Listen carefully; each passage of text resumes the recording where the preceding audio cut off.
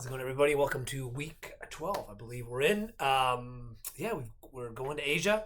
Now we're just kind of going around the world, going to check in some new places, see what's going on, as we sort of experience more world history. This week, kind of seeing what's going on in China, in Japan, sort of East Asia. I think the lectures talk about it pretty well. Again, the lectures contain a lot of names and dates.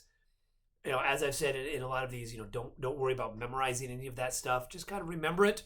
See, how the Sui and the Tang and the Song dynasties sort of how they interrelate. Sui is known for the Grand Canals.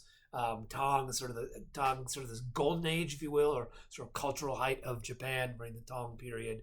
For many reasons, it's prosperous economically. It's expansive. It's kind of the height of extent of China. A lot of really good rulers.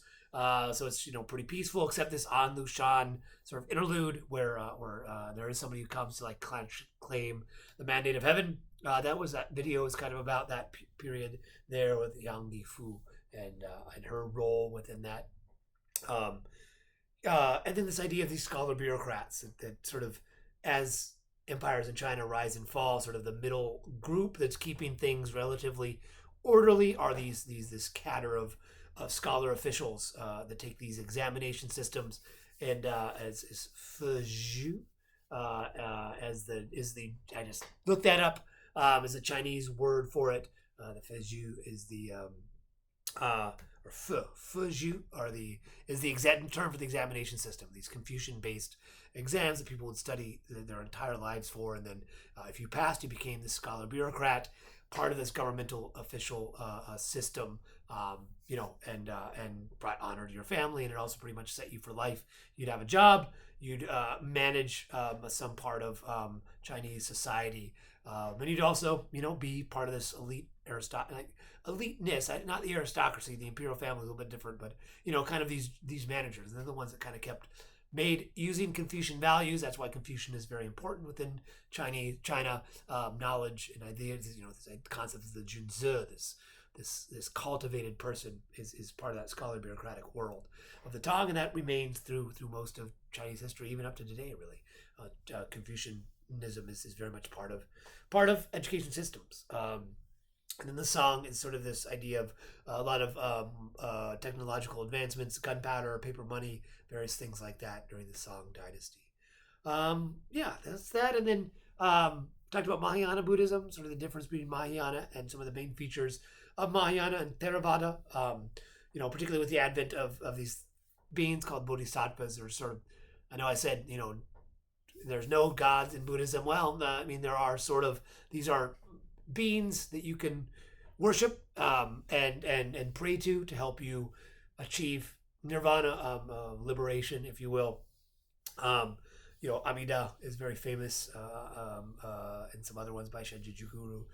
These figures are important in Mahayana Buddhism, and then also these new sutras that come out. The Heart Sutra, kind of this idea of mantra, is important, and then this Chan Buddhism, which later in Japan is called Zen Buddhism. Same tradition, is sort of this mental discipline, using meditation, koans to kind of think about the world around you, is a very different, is another branch that becomes very popular in Japan as it transmits through Bodhidharma in the Tang period and into China and Japan. So that's kind of those elements. And then the last one there, Heian Japan, sort of again the cultural center of Japanese world. The lectures talk about that quite a bit. Why it's not only the political stability of the Fujiwara clan, but also how that relates to art, literature, architecture, all of those worlds. And the Tale of Genji, I talked about that in the lecture, gave you that reading, give you a taste of what the Genji is, what that chapter is. I pulled parts of that chapter out. It can be a little confusing, but I did. The lecture kind of talks about that a little bit as well. I think that's it. Main topics for the week. Discussion post. Just this one's a little different. It's sort of like historical fiction.